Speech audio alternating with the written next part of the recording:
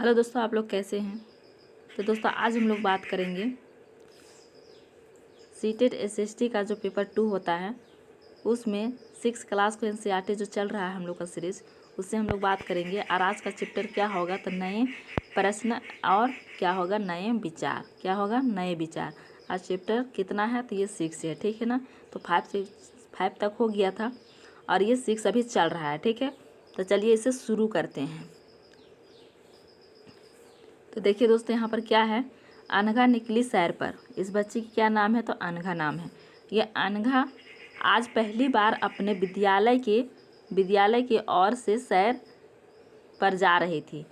इसके लिए उसने देर रात पुणे महाराष्ट्र में वाराणसी उत्तर प्रदेश को ट्रेन पकड़ी। मतलब पुणे से वो वाराणसी उत्तर प्रदेश के लिए ट्रेन पकड़ी और स्टेशन पर अनघा को छोड़ने आई कौन तो उसकी माँ ने आई, ठीक है ना। अध्यापिका से कहा बच्चों को बुद्ध के बारे में बताने के साथ साथ क्या करना, उसे सारनाथ दिखाने भी ले जाइएगा। किसने कहा थी, इस बच्ची की माँ ने कहा, ठीक है। चलिए बुद्ध की कहानी क्या है दोस्तों, ये बुद्ध की कहानी। तो बौद्ध धर्म के संस्थापक कौन थे तो सिद्धार्थ थे, जिन्हें गौतम के नाम से भी जाना जाता है, ठीक है ना। तो गौतम कब से जाना जाने लगा तो ये जब ज्ञान प्राप्त हुआ उसका बाद से इसको बुद्ध के नाम से, गौतम के नाम से जाने लगा, ठीक। उनका जन्म लगभग कितना तो 2500 वर्ष पूर्व हुआ था। यह वह समय था जब लोगों के जीवन में तेजी से क्या हो रहा था परिवर्तन हो रहा था, ठीक है ना। जैसा कि तुमने अध्याय 5 में पढ़ा कि महाजनपदों के कुछ राजा इस समय बहुत शक्तिशाली हो गए थे। तो जैसे कि हम लोग पढ़े थे तो उसमें कौन सा राजा शक्तिशाली थे तो बिंबिसार और अजातशत्रु थे, ठीक है ना। तो हजारों साल के बाद फिर से नगर उभर रहे थे, मतलब हजारों साल के बाद फिर से नगर उभर रहे थे और गाँवों के जीवन में भी बदलाव आ रहा था। क्या कर रहा था, गाँवों के जीवन में भी बदलाव आ रहा था, ठीक है ना।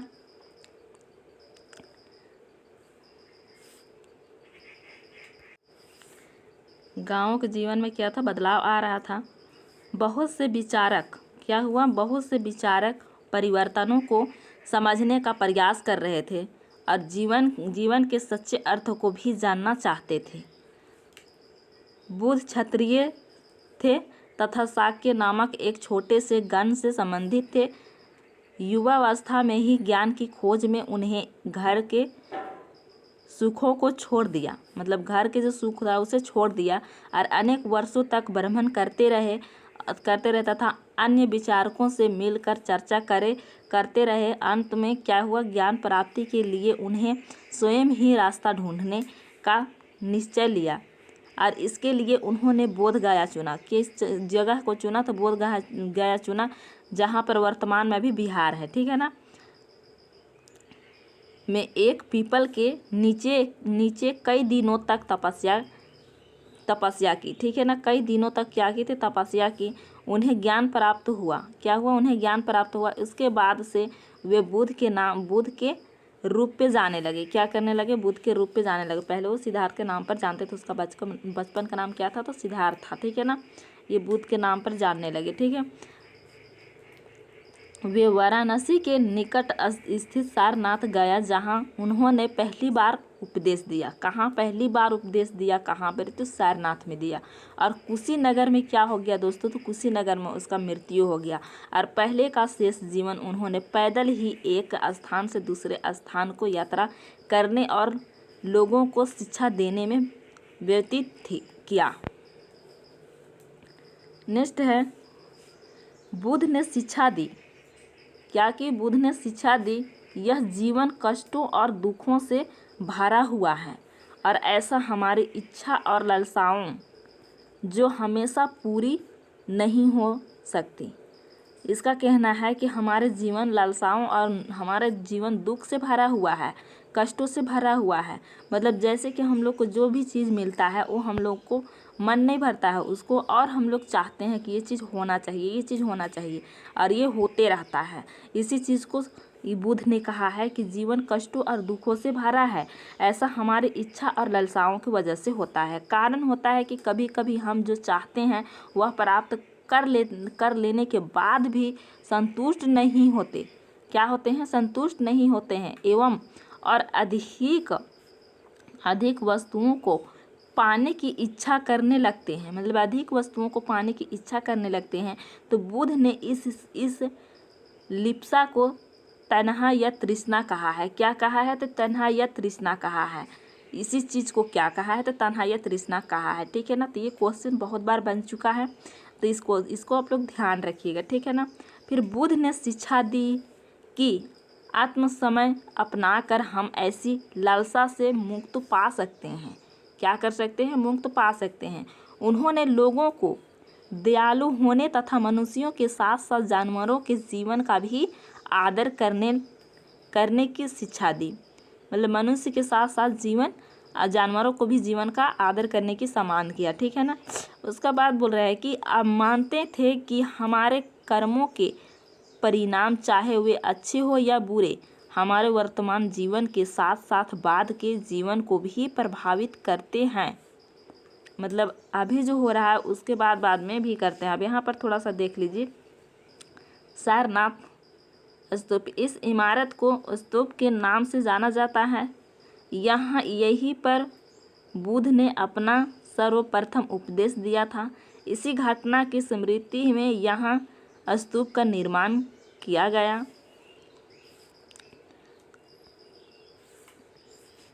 यहाँ पर है कि वर्तमान जीवन के साथ साथ बाद के जीवन को भी प्रभावित करते हैं। बुद्ध ने अपनी शिक्षा सामान्य लोगों की प्राकृतिक भाषा में दी है। किस भाषा में दी है? तो प्राकृतिक भाषा में दी है। और इससे सामान्य लोग भी उनके संदेश को समझ सके। मतलब क्या किया है? वो प्राकृतिक भाषा में दिया है तो उनके संदेश को, उसको हर चीज़ों को क्या किया है उसको समझ सके हैं। तो देख सकते हैं ये स्तूप का क्या है? एक चित्र है। ठीक है ना। बुद्ध ने कहा कि लोग किसी शिक्षा को केवल इसी लिए नहीं स्वीकार करें कि यह उनका उपदेश है, बल्कि वे उसे अपने विवेक से मापे और आओ। विवेक से मापो और आओ देखो उन्हें ऐसा किस प्रकार किया। ठीक है ना। नेक्स्ट है, यह बुद्ध के विषय में एक प्रसिद्ध कहानी है। एक समय की बात है कि किसा गौतमी नामक एक स्त्री का पुत्र मर गया। इस बात से वह इतनी दुखी हुई कि वह अपने बच्चे को गोद में लिए नगर की सड़कों पर घूम कर लोगों ने प्रार्थना करने लगी कि कोई उसके पुत्र को जीवित कर दे। एक भाला व्यक्ति उसे बुद्ध के पास ले गया।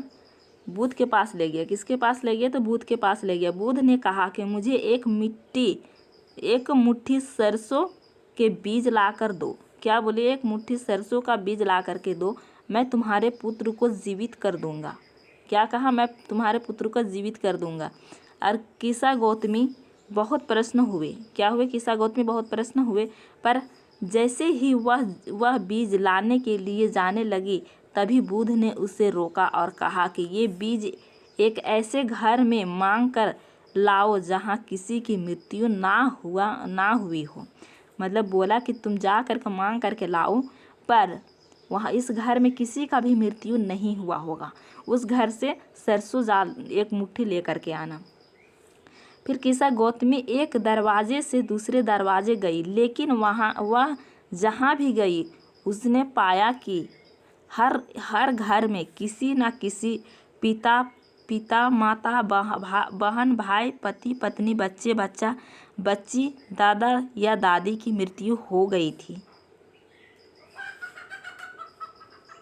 इससे सीख मिलता है कि जो मर गया उसे वापस नहीं लाना है। उपनिषद, जिस समय बुद्ध उपदेश दे रहे थे उसी समय ये उससे भी थोड़ा पहले दूसरे अन्य चिंतक भी कठिन प्रश्नों का उत्तर ढूंढने का प्रयास कर रहे थे। उसमें से कुछ मृत्यु के बाद के जीवन के बारे में जानना चाहते थे, जबकि अन्य योगों की उपयोगिता के बारे में जानने को उत्सुक थे। इनमें से अधिकांश चिंतकों का यह मानना था कि इस विश्व में कुछ तो ऐसा है जो कि अस्थायी है। क्या है? जो कि अस्थायी है और मृत्यु के बाद भी बचा रहता है। क्या होता है? मृत्यु के बाद भी बचा रहता है। उन्होंने इसका वर्णन आत्मा तथा ब्रह्मा अथवा सार्वभौम आत्मा के रूप में किया है। वे मानते थे कि अनंत आत्मा तथा ब्रह्म एक ही है। क्या है? एक ही है। उसके बाद ऐसे कोई विचारों का संकलन उपनिषदों में हुआ है। उपनिषद उत्तर वैदिक ग्रंथों का हिस्सा थे। क्या थे? उत्तर वैदिक ग्रंथों का हिस्सा थे। कौन? तो उपनिषद। उपनिषद का शाब्दिक अर्थ गुरु के समीप बैठना होता है। उपनिषद का क्या होता है? उपनिषद का शाब्दिक अर्थ होता है कि गुरु के समीप बैठना। ये क्वेश्चन आया हुआ है, ठीक है ना। इन ग्रंथों में अध्यापकों और विद्यार्थियों के बीच बातचीत का संकलन किया गया है। प्राय ये विचार सामान्य वार्तालाप के रूप में प्रस्तुत किए गए हैं। यहाँ पर देखिए कि भारतीय दर्शन की 6 पद्धति सदियों से भारत द्वारा सत्य की बौद्धिक खोज का प्रतिनिधित्व दर्शन की 6 शाखाओं किया। ये वैशेषिक न्याय संख्या योग्य पूर्ण मीमांसा और वेदांत या उत्तर सीमांत के नाम से जाने जाते हैं। दर्शन की इन 6 पद्धतियों की स्थापना क्रम से ऋषि और कनद, गौतम, कपिल, पतंजलि, जैमिनी और व्यास द्वारा की गई मानी जाती है। यहाँ से, ठीक है ना, मानी जाती है, जो आज भी देश में बौद्धिक चर्चा को दिशा देते हैं। और जर्मन में मूल के ब्रिटिश भारत विविध फ्रेडरिक मैक्स मूलर के अनुसार दर्शन की इन 6 शाखाओं का विकास की कई पीढ़ियों के दौरान व्यक्तिगत विचारकों के योगदान से हुआ। यद्यपि ये एक दूसरे से भिन्न दिखते हैं, तथापि सत्य की इनकी समझ में आधारभूत तालमेल दिखता है। क्या है? आधारभूत तालमेल दिखता है।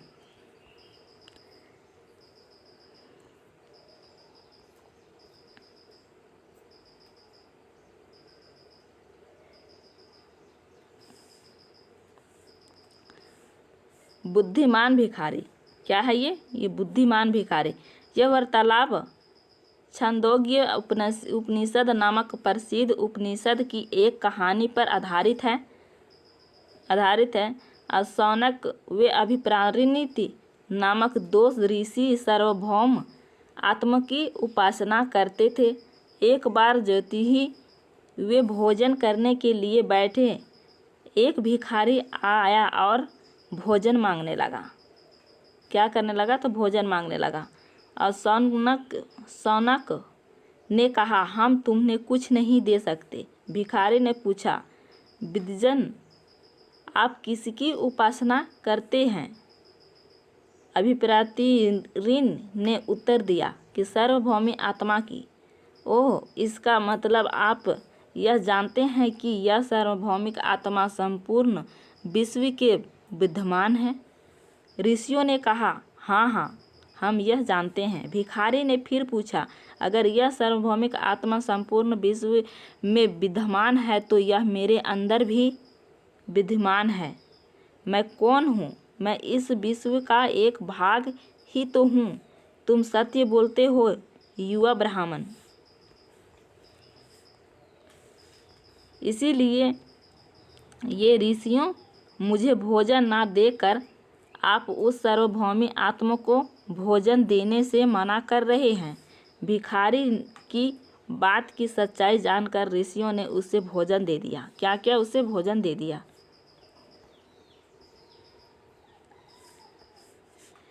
इन चर्चाओं में भाग लेने वाले अधिकांश पुरुष ब्राह्मण थे। क्या थे? ब्राह्मण थे। कभी कभी क्या होता था कि गर्गी जैसी स्त्री विचारकों का भी उल्लेख मिलता है। और विद्वता के लिए प्रसिद्ध गर्गी राजदरबारों में होने वाले वाद विवाद में भाग लिया करती थी। और निर्धन व्यक्ति इस तरह के वाद विवाद में बहुत कम हिस्सा लेते थे। मतलब कौन सा व्यक्ति थे? ये निर्धन व्यक्ति, ठीक है ना। और इस तरह का एक प्रसिद्ध अपवाद सत्यकाम जवाल का है। और सत्यकाम जवाल का नाम उसकी दासी माँ के नाम पर पड़ा। सत्यकाम के मन में सत्य जानने की तीव्र जिज्ञासा और उत्पन्न हुई। गौतम नामक एक ब्राह्मण ने उन्हें अपने विद्यार्थी के रूप में स्वीकार किया तथा वह अपने समय के सर्वाधिक प्रसिद्ध विचारकों में से एक बन गए और उपनिषदों के कई विचारों का विकास बाद के प्रसिद्ध विचारक शंकराचार्य के द्वारा किया गया, जिनके बारे में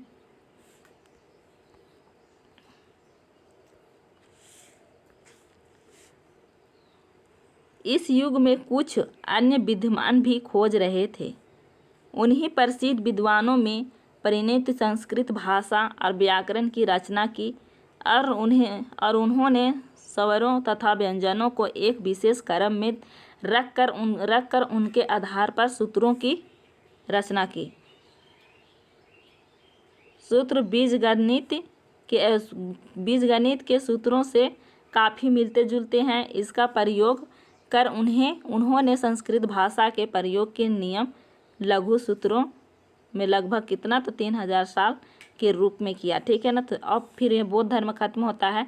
ऐसे यहाँ पर पूरा डिटेल में नहीं दिया है हुआ है, जैसे कि यहाँ पर इसका जन्म का प्रतीक है वो है कमल एंड सांड, और फिर गृह त्याग का है घोड़ा, फिर ज्ञान प्राप्ति का है पीपल बोध वृक्ष, और फिर निर्वाण का है पद चिन्ह, और फिर मृत्यु का है स्तूप।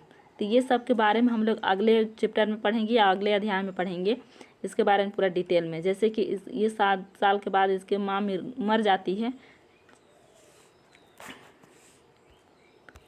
जैसे कि बुद्ध की माँ होती है माया देवी की मृत्यु उनके जन्म के 7वें दिन ही मर जाती है, ठीक है। उसके बाद इसका लालन पालन कौन करती है? तो इसके सतौली माँ प्रजापति गौतमी करती है।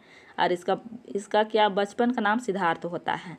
और ये गौतम बुद्ध का जो विवाह होता है वो 16 वर्ष में हो जाता है, ठीक है ना। किसके साथ होता है? तो यशोधरा के साथ होता है। और इसका पुत्र का नाम क्या होता है? तो राहुल होता है। क्या होता है? तो राहुल होता है, ठीक है ना। तो चलिए इसके बारे में। और फिर जब निकले थे सिद्धार्थ, जब कपिल वस्तु के सैर पर निकले थे तो उन्होंने 4 व्यक्ति दिखे थे। तो कौन कौन सा व्यक्ति वो लोग देखा था? तो एक देखा था बूढ़ा व्यक्ति, और दूसरा क्या देखा था? तो दूसरा देखा था एक बीमार व्यक्ति, और तीसरा देखा था एक मृत्यु व्यक्ति, और चौथा क्या देखा था? एक सन्यासी देखा था, ठीक है ना। उसके बाद वो क्या किया था? सिद्धार्थ ने 29 वर्ष में अपना घर त्याग दिया था। और वो अब क्या किया था? और उसे फिर घर त्याग करके वो अपना फिर ज्ञान प्राप्ति के लिए निकल पड़ा था। और ज्ञान प्राप्ति के लिए निकला तो वो किस जगह को चुना? तो बोध गया को चुना, जो बिहार में है। और फिर पीपल के पेड़ के नीचे वो पूरी तरह से ज्ञान प्राप्ति किया और फिर वापस आया और सारनाथ में पहला उपदेश दिया था, ठीक है। तो इसके बारे में पूरा डिटेल में हम लोग जानेंगे अगला अध्याय में, ठीक है ना। तो चलिए अभी जैन धर्म के बारे में पढ़ते हैं, ठीक है। तो ये क्या है? तो ये है जैन धर्म, ठीक है। इसी युग में अर्थात लगभग 2500 वर्ष पूर्व जैन धर्म के 24वें तथा अंतिम तीर्थकर वर्धमान महावीर ने भी अपने विचारों का प्रसार किया। क्या किया? अपने विचारों को प्रसार किया। वह वज्जी संघ के लच्छवी कुल के एक क्षत्रिय राजकुमार थे। कहाँ के? तो वज्जी के थे। वे संघ लच्छवी कुल के एक क्षत्रिय राजकुमार थे। संघ के विषय में तुमने अध्याय 5 में पढ़ा है। 30 वर्ष की आयु में उन्होंने घर छोड़ दिया। कितने वर्ष की आयु में? तो 30 वर्ष की आयु में। और बुद्ध ने कितने वर्ष की आयु में घर छोड़ा था? तो वो छोड़ा था 29 वर्ष की आयु में, ठीक है ना। और फिर छोड़ दिया और जंगल में रहने लगा। कहाँ रहने लगा? तो जंगल में रहने लगा। 12 वर्ष तक उन्होंने कठिन व एकाकी जीवन व्यतीत किया। इसके बाद उन्होंने ज्ञान प्राप्त हुआ, ठीक है ना। कितना दिन? तो 12 वर्ष तक, ठीक है। उसके बाद उनकी शिक्षा सरल थी। सत्य जानने की इच्छा रखने वाले प्रत्येक स्त्री व पुरुष को अपना घर छोड़ देना चाहिए। क्या? प्रत्येक जो जानकारी है वह उसके लिए क्या करना चाहिए, अपना घर छोड़ देना चाहिए। ये किसका कहना था? तो ये महावीर का कहना था। उन्होंने अहिंसा के नियमों का कड़ाई से पालन करना चाहिए, अर्थात किसी भी जीव को ना तो कष्ट देना चाहिए और ना ही उसकी हत्या करनी चाहिए। मतलब जैसे बुद्ध ने कहा वैसे महावीर में भी बोला, ठीक है ना। मतलब दोनों का एक ही जैसा था। नेक्स्ट है, महावीर का कहना था कि सभी जीवन जीना चाहते हैं। महावीर के क्या कहना था? कि सभी जीवन जीना चाहते हैं और सभी के लिए जीवन प्रिय है। क्या है दोस्तों? तो सभी के लिए जीवन प्रिय है। और महावीर ने अपनी शिक्षा प्राकृतिक भाषा में दी। किस भाषा में दी? तो प्राकृतिक भाषा में दी। उसके बाद फिर क्या है? यही कारण है कि साधारण जन भी उनके साथ उनके अनुयायियों की शिक्षाओं को समझ सके। देश के अलग अलग हिस्सों में प्रकृति के लोग अलग अलग रूप प्रचलित थे और प्रचलित क्षेत्र के आधार पर ही उनके अलग अलग नाम थे। जैसे मगध में बोली जाने वाली प्राकृतिक मगधी कहलाती थी। क्या कहलाती थी? तो मगधी कहलाती थी। और जैन नाम से जाने गए महावीर के अनुयायियों को भोजन के लिए भिक्षा मांगकर सादा जीवन बिताना होता था। क्या करके? तो भिक्षा मांग करके उनको सादा जीवन बिताना होता था। उन्हें पूरी तरह से ईमानदारी होना पड़ता था तथा चोरी ना करना। क्या? तो चोरी ना करना। और उन्हें सख्त हिदायत थी। उन्हें ब्रह्मचर्य का पालन करना होता था। पुरुषों को वस्त्रों सहित सब कुछ त्याग देना पड़ता था। किसके अनुसार? तो महावीर के अनुसार, ठीक है ना।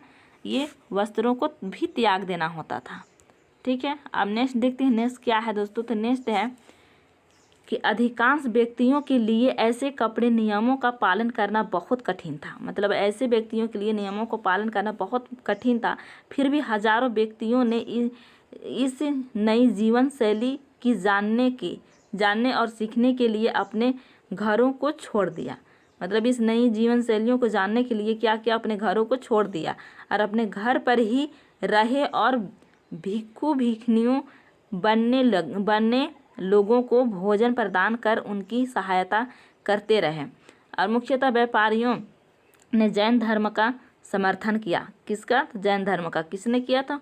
व्यापारियों ने किया। और किसानों के लिए इन नियमों का पालन अत्यंत कठिन था। क्यों कठिन था? तो क्योंकि फसल की रक्षा के लिए उन्हें कीड़े मकोड़े को मारना पड़ता था। क्या करना पड़ता था? कीड़े मकोड़े को मारना पड़ता था। जो कि इसमें कोई भी चीज़ को हत्या नहीं करना पड़ता था, लेकिन यहाँ पर कीड़े मकोड़ों को मारना पड़ता था।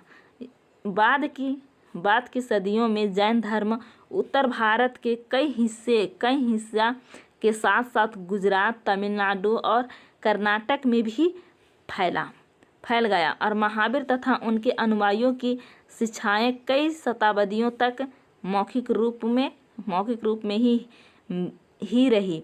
वर्तमान में उपलब्ध जैन धर्म का शिक्षाएं लगभग 1500 वर्ष पूर्व गुजरात में बल्लवी नामक स्थान पर लिखी गई थी। कहाँ पर लिखी गई थी? तो बल्लवी नाम स्थान पर लिखी गई थी, जो कि गुजरात में है। कितना दिन पहले? तो ये 1500 साल पहले, ठीक है ना। अब नेक्स्ट है ये संघ। महावीर तथा बुद्ध दोनों का ही मानना था कि घर का त्याग करने पर ही सच्चे ज्ञान की प्राप्ति हो सकती है। मतलब महावीर और बुद्ध दोनों को मानना क्या था? कि घर को त्याग करने से ही ज्ञान का प्राप्ति सच्ची हो सकती है।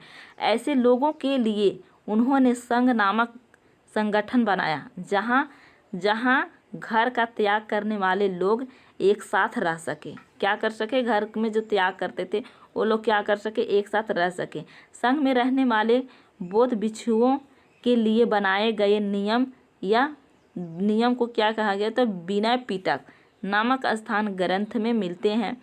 और विनय पिटक से हमें पता चलता है कि संघ में पुरुषों और स्त्रियों के रहने की अलग अलग व्यवस्था थी। मतलब पुरुषों को और स्त्रियों को रहने के लिए क्या थी? तो अलग अलग उसकी व्यवस्था थी। और सभी व्यक्ति संघ के प्रवेश ले सकते थे। मतलब सभी व्यक्ति संघ का प्रवेश ले सकते थे।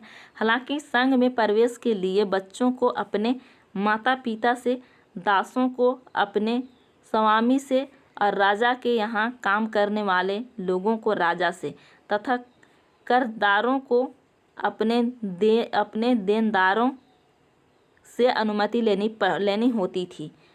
एक स्त्री को इसके लिए अपने पति से अनुमति लेनी होती थी। ये सारे चीज़ क्या होते थे कि उन लोगों अनुमति जब दे देते थे तभी जा सकते थे, अनुमति नहीं देते तो नहीं जा सकते थे, ठीक है ना। उसके बाद संघ में प्रवेश लेने वाले स्त्री पुरुष बहुत सादा जीवन जीते थे। वे अपने अधिकांश समय ध्यान रखने में बिताते थे और दिन के एक निश्चित समय में शहरों तथा गांवों में जाकर भिक्षा मांगते थे। क्या करते थे? जाकर के भिक्षा मांगते थे। यही कारण है कि उन्हें भिक्खु तथा भिक्षुणियों, साधु, भिखारी के लिए प्राकृत शब्द कहा जाता है। आम लोगों को शिक्षा देते थे और साथ ही एक दूसरे की सहायता भी करते थे। क्या करते थे? साथ में एक दूसरे की सहायता भी करते थे, ठीक है ना, करते थे। किसी तरह की आपसी लड़ाई का निपटारा करने के लिए वे प्राय बैठक भी किया करते थे। संघ में प्रवेश लेने वाले ब्राह्मण, क्षत्रिय, व्यापारी, मजदूर, नई गणिकाएँ और तथा दास शामिल थे। क्या क्या शामिल थे? तो ये ब्राह्मण थे, क्षत्रिय थे, व्यापारी थे और मजदूर और नई गणिकाएँ और तथा दास भी शामिल थे। इसमें से कई लोगों ने बुद्ध की शिक्षाओं के विषय में लिखा तथा कुछ लोगों ने संघ में अपने जीवन के विषय में सुंदर कविताओं की रचना की। क्या की? सुंदर कविताओं की रचना की है, ठीक है। अब चलते हैं, यहाँ पर क्या है तो पहाड़ी को काट कर बनाई गई एक गुफा। यह काले वर्तमान कहाँ है तो महाराष्ट्र में है और स्थित एक गुफा है और भिक्खु भिक्षुणियों इन शरण स्थलों में रहकर ध्यान किया करते थे। अब ये बिहार किया है, अभी बिहार को चलिए समझते हैं। तो जैन तथा बौद्ध भिक्षुओं पूरे साल एक स्थान से दूसरे स्थान घूमते हुए उपदेश दिया करते थे। मतलब वो लोग एक जगह से दूसरे जगह जा करके क्या करते थे तो उपदेश दिया करते थे, ठीक है ना। केवल वर्षा ऋतु में जब यात्रा करना कठिन हो जाता था तो वे एक स्थान पर ही निवास करते थे।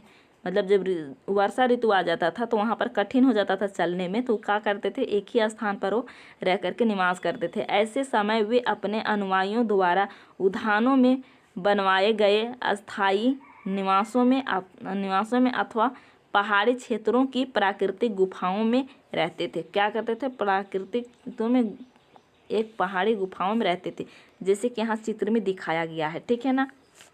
जैसे जैसे समय बीतता गया भिक्खु भिक्षुणियों के स्वयं तथा उनके समर्थकों ने अधिक अस्थायी शरणशालाओं की आवश्यकता का अनुभव किया। तब कई शरण स्थल बनाए गए जिन्हें बिहार कहा। मतलब इनको रहने के लिए जो बनाया गया उसे बिहार कहा गया। और आरंभिक बिहार लकड़ी के बनाए गए तथा बाद में इनके क्या हुआ? निर्माण के बाद ईंटों का प्रयोग होने लगा। और पश्चिम भारत में विशेषकर कुछ बिहार पहाड़ियों को खोदकर बनाए गए। विशेषकर क्या किया गया? पश्चिम भारत में पहाड़ को खोद करके बनाया गया, ठीक है ना। नेक्स्ट क्या है दोस्तों? तो नेक्स्ट है एक बुद्ध ग्रंथ से ज्ञात होता है। क्या ज्ञात होता है तो चलिए देखते हैं। जिस तरह महासागरों में मिलने पर नदियों की अलग अलग पहचान समाप्त हो जाती है, ठीक उसी तरह बुद्ध के अनुयायी जब भिक्षुओं के श्रेणी में प्रवेश करते हैं तो वे क्या होता है? अपना वर्ण, श्रेणी और परिवार सब त्याग देते हैं। मतलब वो लोग सारा चीज़ को त्याग देते हैं और प्राय किसी धनी व्यापारी, राजा अथवा भूस्वामी द्वारा दान में दी गई भूमि पर बिहार का निर्माण होता है। मतलब जो राजा है, जो धनी है, उन लोगों को जो भूमि था उसको दान जो दिया उसी ने बिहार का निर्माण होता था, जो उन लोगों को रहने का स्थान था, ठीक है ना। और स्थानीय व्यक्ति थे भिक्खु भिक्षुणियों के लिए भोजन, वस्त्र तथा दवाइयाँ लेकर आते थे जिसके बदले ये भिक्षु और भिक्षुणियाँ लोगों को शिक्षा देते थे। आगे आने वाली शताब्दियों में बौद्ध धर्म उपमहाद्वीप के विभिन्न हिस्सों के साथ साथ बाहरी क्षेत्रों में भी फैल गया। क्या हुआ? बाहरी क्षेत्रों में भी फैल गया। नेक्स्ट क्या है? तो नेक्स्ट है जैन तथा बौद्ध धर्म जिस समय लोकप्रिय हो रहे थे, लगभग उसी समय ब्राह्मणों ने आश्रम व्यवस्था का विकास किया। यह आश्रम शब्द का तात्पर्य लोगों द्वारा रहने तथा ध्यान करने के लिए प्रयोग में आने वाले स्थान से नहीं है, बल्कि इसका तात्पर्य जीवन के एक चरण से है। ब्रह्मचार्य, गृहस्थ, वानप्रस्थ तथा संन्यास नामक 4 आश्रमों की व्यवस्था की थी और ब्रह्मचार्य के अंतर्गत ब्राह्मण, क्षत्रिय तथा वैश्य से यह अपेक्षा की जाती थी कि इस चरण के दौरान वे सादा जीवन बिताकर वेदों का अध्ययन करें। किसका? तो वेदों का अध्ययन करें। गृहस्थ आश्रम के अंतर्गत उन्हें विवाह कर एक गृहस्थ के रूप में रहना होता था और वन प्रथा के अंतर्गत उन्हें जंगल में रहकर साधना करनी थी। क्या करनी थी? जंगल में रह करके उन्हें साधना करनी थी।